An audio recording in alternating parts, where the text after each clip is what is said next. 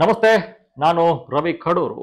ಇವತ್ತು ಪ್ರಮುಖವಾಗಿ ನಟ ಚಾಲೆಂಜಿಂಗ್ ಸ್ಟಾರ್ ದರ್ಶನ್ ರವರು ಒಂದು ತೊಟ್ಟು ವಿಷಯವನ್ನ ಕೊಟ್ಬಿಡಿ ಅಂತ ಕೋರ್ಟ್ನಲ್ಲಿ ವಿಡಿಯೋ ಕಾನ್ಫರೆನ್ಸ್ ಮೂಲಕ ಬರ್ತಾರೆ, ಅಲ್ಲಿ ಕೇಳ್ತಾರೆ. ಹಾಗಾದ್ರೆ ಏನೆಲ್ಲ ಬೆಳವಣಿಗೆ ಆಯ್ತು ಅನ್ನೋದನ್ನ ನೋಡ್ತಾ ಹೋಗೋಣ.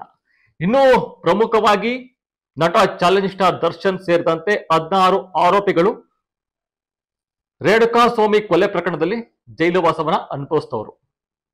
ಯಾಕಂತ ಹೇಳಿದ್ರೆ ಈ ಹಿಂದೆ ಅವರಿಗೆ ಬೇಲ್ ಆಗುವ ಮುನ್ನ ಪರಪ್ಪನ ಅಗ್ರಹಾರದಲ್ಲಿ ರಾಜಾತಿಥ್ಯವನ್ನ ಕೊಡ್ಲಾಗ್ತಾ ಇತ್ತು ಅನ್ನೋ ಆರೋಪ ಕೂಡ ಕೇಳಿ ಬಂದಿತ್ತು.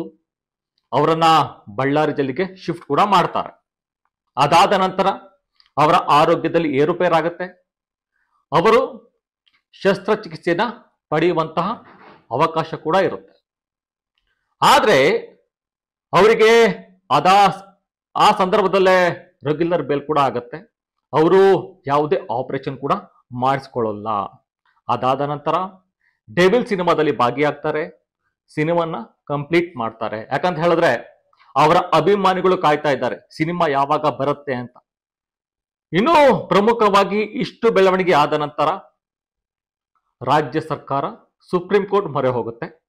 ಅಲ್ಲಿ ಇವರ ಬೇಲ್ ಕ್ಯಾನ್ಸಲ್ ಆಗುತ್ತೆ. ಬೇಲ್ ಕ್ಯಾನ್ಸಲ್ ಆದ ತಕ್ಷಣ ಇವರು ಮತ್ತೆ ಪರಪ್ಪನ ಅಗ್ರಹಾರ ಜೈಲಿಗೆ ಶಿಫ್ಟ್ ಆಗ್ತಾರೆ. ಇಲ್ಲಿ ಪ್ರಮುಖವಾಗಿ ಗಮನಿಸಬೇಕು, ಇವರನ್ನ ಪರಪ್ಪನ ಅಗ್ರದಲ್ಲಿ ಇಟ್ಕೊಳ್ಬೇಕಾ ಅಥವಾ ಬಳ್ಳಾರಿ ಜೈಲಿಗೆ ಶಿಫ್ಟ್ ಮಾಡಬೇಕಾ ಅನ್ನೋ ಒಂದು ಪ್ರತಿವಾದ ಕೇಳಿ ಬರುತ್ತೆ.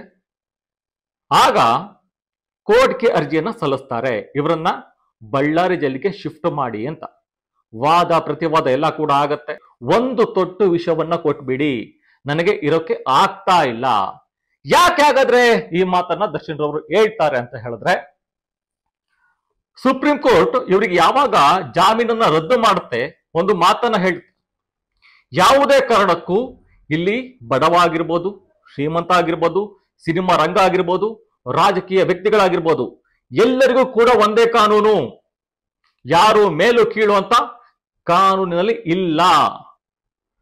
ಜೈಲಿನಲ್ಲಿ ಸಾಮಾನ್ಯ ವ್ಯಕ್ತಿ ಏನು ಅನುಭವಿಸ್ತಿದ್ದಾನಲ್ಲ, ಅದನ್ನ ಯಾವ ನಟ ಆಗ್ಲಿ ರಾಜಕಾರಣಿ ಆಗ್ಲಿ ಅವರು ಕೂಡ ಅದನ್ನೇ ಅನುಭವಿಸ್ಬೇಕು. ಅದೇ ಅವರ ಹಕ್ಕು. ಮೇಲು ಕೀಳು ಅನ್ನೋದು ಏನೂ ಇಲ್ಲ ಅನ್ನೋ ಚಾಟಿಯನ್ನ ಬೀಸುತ್ತೆ. ಅದಾದ ನಂತರ ಎಲ್ಲಾ ಜೈಲಾಧಿಕಾರಿಗಳು ಕೂಡ ಅಲರ್ಟ್ ಆಗ್ತಾರೆ. ಯಾವುದೇ ರೀತಿಯ ಲೋಪದೋಷ ಕಂಡು ಬರ್ದಂಗೆ ನೋಡ್ಕೊಂಡು ಬರ್ತಾರೆ. ಆದ್ರೆ ಇಲ್ಲಿ ದರ್ಶನ್ ಅವರು ಒಂದು ಮಾತನ್ನ ಹೇಳ್ತಾರೆ, ನನಗೆ ಕೈಯಲ್ಲೆಲ್ಲ ಫಂಗಸ್ ಬರ್ತಾ ಇದೆ, ನಾನು ಬಿಸಿಲನ್ನ ನೋಡದೆ 30 ದಿವಸ ಆಗೋಯ್ತು ಅನ್ನೋ ಒಂದು ಮಾತನ್ನು ಕೂಡ ಹೇಳ್ತಾರೆ. ಯಾಕಂತ ಹೇಳಿದ್ರೆ ಈಗ ಬೇಲ್ ರದ್ದಾಗಿ ಆಲ್ರೆಡಿ 30 ದಿನ ಆಗಿ ಬರ್ತಾ ಇದೆ. 26, 27 ದಿನ ಆಯ್ತು. ಇನ್ನು 4 ದಿನ ಬಂದ್ರೆ 30 ದಿನ ಆಗೋಯ್ತು. ಬಿಸಿಲು ಏನ ನೋಡಿಲ್ಲ ಅನ್ನೋ ಒಂದು ಮಾತನ್ನು ಕೂಡ ಹೇಳ್ತಾರೆ.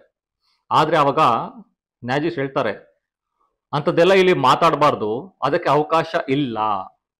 ನಿಮಗೆ ಏನು ಸೌಲಭ್ಯ ಬೇಕು, ಒಬ್ಬ ಕೈದಿಗೆ ಏನು ಮೂಲಭೂತ ಹಕ್ಕಿದೆ ಅದನ್ನು ನಿಮಗೆ ಕೊಡ್ತೀವಿ ಅನ್ನೋ ಒಂದು ಮಾತನ್ನು ಕೂಡ ಈಗ ಹೇಳಿರುವಂತದ್ದು. ಇನ್ನು ಪ್ರಮುಖವಾಗಿ ದರ್ಶನ್ ಅಭಿಮಾನಿಗಳು ಯಾವಾಗ ದರ್ಶನ್ ರವರು ಒಂದು ತೊಟ್ಟು ವಿಷಯವನ್ನ ಕೊಟ್ಬಿಡಿ ಅಂತ ಕೇಳ್ತಾರೆ, ಅದಾದ ನಂತರ ಅವರ ಅಭಿಮಾನಿಗಳಿಗೆ ಎಷ್ಟೊಂದು ಆಘಾತ ಆಗಿರ್ಬೋದು. ಯಾಕಂತ ಹೇಳಿದ್ರೆ ಅತಿ ಹೆಚ್ಚಾಗಿ ಕರ್ನಾಟಕದಲ್ಲಿ ಅಭಿಮಾನಿಗಳ ಮಧ್ಯರುವಂತಹ ನಟ ದರ್ಶನ್ ಈ ರೀತಿ ಆಗುತ್ತೆ ಅಂತ ಯಾರು ಕೂಡ ಊಹೆನೂ ಮಾಡಕ್ಕೆ ಸಾಧ್ಯ ಇರಲಿಲ್ಲ. ಇದೊಂದು ಪ್ರಮುಖವಾಗಿ ಅವರ ಅಭಿಮಾನಿಗಳ ಬಯಕೆ, ಆಸೆ ಏನಂತ ಹೇಳಿದ್ರೆ ಆದಷ್ಟು ಬೇಗ ದರ್ಶನ್ ರವರು ವಿಚಾರಣೆಯನ್ನ ಮುಗಿಸಿ ಬೇಗ ಹೊರಗಡೆ ಬರಲಿ.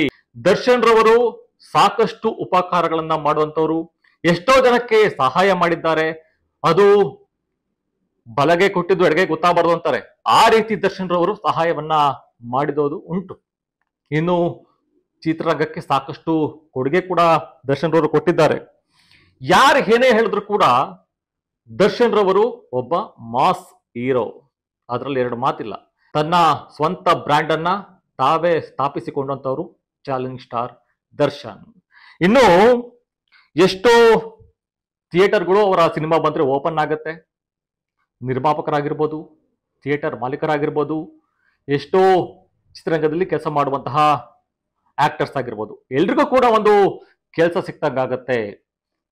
ಇನ್ನು ದರ್ಶನ್ ರವರು ಆದಷ್ಟು ಬೇಗ ಬರಲಿ ಅಂತ ಅವರ ಅಭಿಮಾನಿಗಳು ಕೂಡ ಕಾಯ್ತಾ ಇದ್ದಾರೆ. ಇನ್ನು ಡಿಸೆಂಬರ್ 12ಕ್ಕೆ ದರ್ಶನ್ ರವರ ದಿ ಡೆವಿಲ್ ಸಿನಿಮಾ ಕೂಡ ರಿಲೀಸ್ ಆಗ್ತಾ ಇದೆ. ಇದ್ರೆ ನೆಮ್ಮದಿಯಾಗಿರ್ಬೇಕು ಅನ್ನೋ ಒಂದು ಸಾಂಗ್ ಕೂಡ ರಿಲೀಸ್ ಆಯ್ತು. ಆದ್ರೆ ದರ್ಶನ್ ರವರಿಗೆ ಯಾಕೋ ಜೈಲಿನಲ್ಲಿ ನೆಮ್ಮದಿ ಕಾಣ್ತಾ ಇಲ್ಲ.